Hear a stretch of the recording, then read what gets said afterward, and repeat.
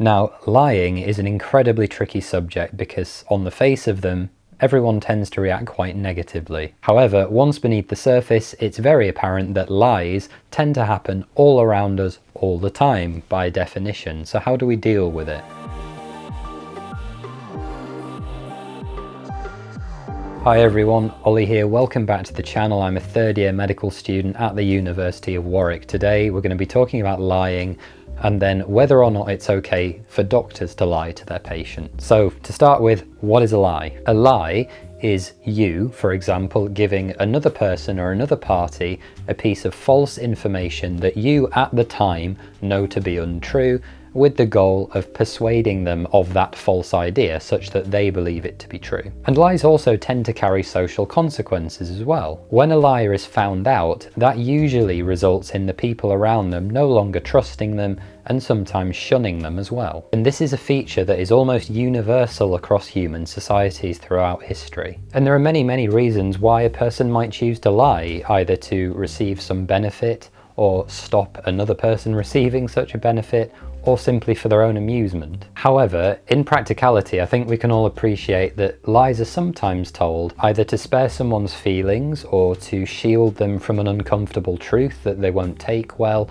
or sometimes simply for the sake of convenience. It's much easier to tell a toddler, for example, that human babies are delivered by storks, rather than go into a long discussion about the ins and outs of human mating rituals. I think it's also important to appreciate that there are many types of lie, which humans have actually categorized for different uses. Exaggeration and minimization, for example, are both forms of lie because you're changing the events in such a way that you know not to be true, either to make bigger or make smaller the details or impact of a particular situation. Although these cases are often not meant to be taken literally, they're used for emphatic effect. However, some forms of lie do have much more in the way of repercussion, things like fraud and defamation. Fraud, for example, tends to involve a series of lies that are told for financial benefit and very harshly punished when it's found out. Defamation occurs if someone makes a false statement about a business or person such that their business or reputation is tarnished, and that's also a legal offence. White lies, however, are often small in magnitude and considered by many people to be a perfectly okay way of handling situations, and are considered often to be harmless in their own context.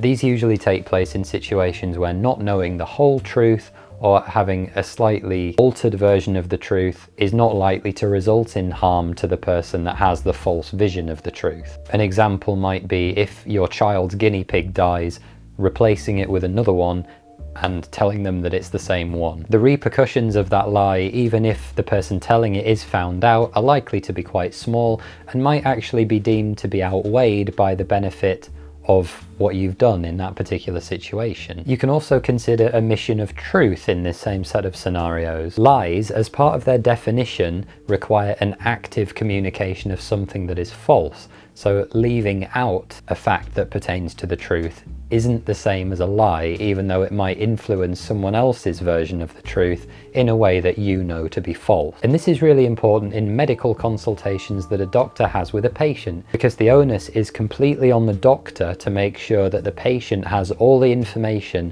that a reasonable person in their situation might want to know. And something else you might wish to consider before we move on is that some patients have psychiatric conditions where they cannot help but lie. These are what are known as pathological liars. And so if someone has a mental condition that causes them to habitually or compulsively lie to other people, is that morally the same as someone who chooses to tell lies for their own benefit? Equally, should that pathological liar be responsible for the consequences of their own actions, even though they can't help them by definition? And to confuse things even more, those pathological liars might even be convinced on some level that they are telling the truth. So even though they are communicating falsehoods potentially, are they lying at that point? That's something else you might want to consider. So now we're going to address the question as to whether doctors can lie to their patients and under what circumstances. We've discussed some of the reasons why people historically lie to one another, but the idea that a doctor would lie to their patient seems completely at odds with the traditional idea of the doctor-patient relationship, which should be based on honesty and trust. Interestingly, when you look at surveys of doctors,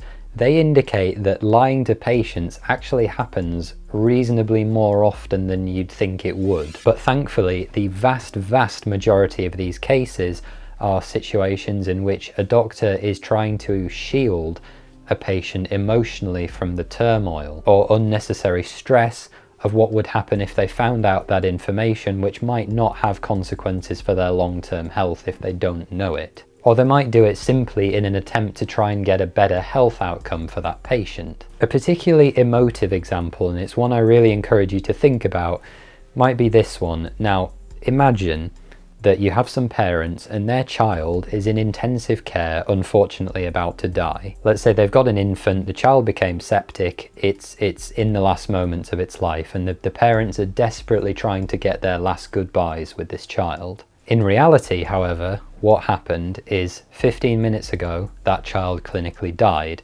The nurse, seeing this 15 minutes ago, turned the heart monitor around such that the parents would no longer be able to see it, and they wouldn't realise in that moment that their child had died, and its heart stopped beating a long time ago. Now, does the doctor have a burden to say something to the parents in that situation where they're trying to communicate with this child which they don't realise has died? Or do you let the parents have that moment with their child and at least think that they've got their goodbyes out in the mistaken belief that that hasn't happened yet? That one's complicated because it's an omission of truth, it's not a bold-faced lie, and it's also really easy to understand why a health professional might want to do something like that. It might also be a slightly different question if it's a self-protective measure on the part of the physician. So let's imagine that we have a patient who's been diagnosed with terminal cancer and they want to know, they're tearfully asking the doctor how much time they have left, to which the doctor says that they don't know. Now, the doctor does know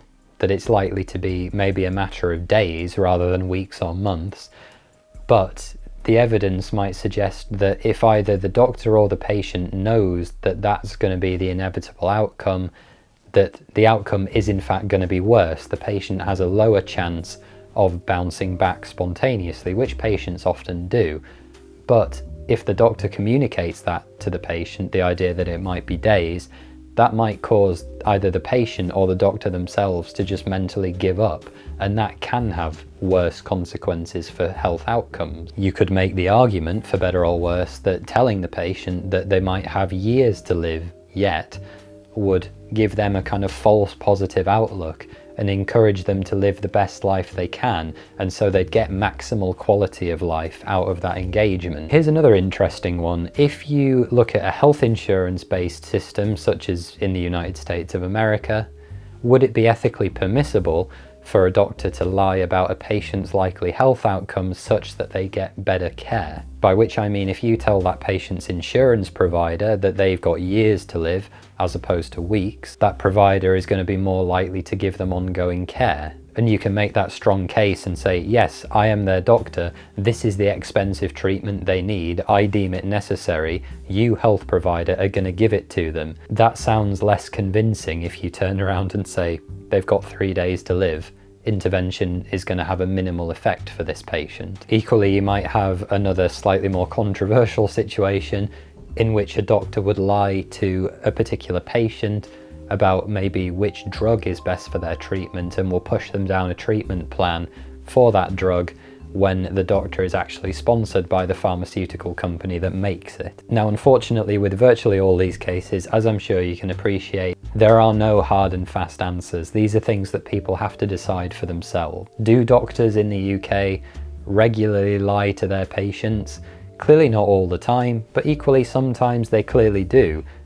Are they bad people for it? I don't know. The Code of Medical Ethics would generally dictate that doctors never lie to their patient, and the golden rule is that a patient should be given as much information as a reasonable person would want to know in their situation, even things they don't ask for. I'd love to hear from you guys in the comments about what you think about this issue. Please let me know what you think. I don't have any fixed answers myself. I've just given you some ideas here to think about, and I really encourage you to reflect on situations you might have seen where patients have been lied to, or maybe you've lied to patients, or you've been lied to by a healthcare professional, the reasons why and when it might happen. So thanks very much for watching, guys. Please be sure to hit that like button for me, leave a comment, subscribe to the channel. Don't forget to go and check out postgradmedic.com for more free videos just like this. You can find me on social media at PostGradMedic everywhere. All the content on the channel is completely free. It will continue to be completely free. If you fancy buying me a coffee, I've left a link where you can do that and support the channel in the description below as well. Take care, and I'll see you next time.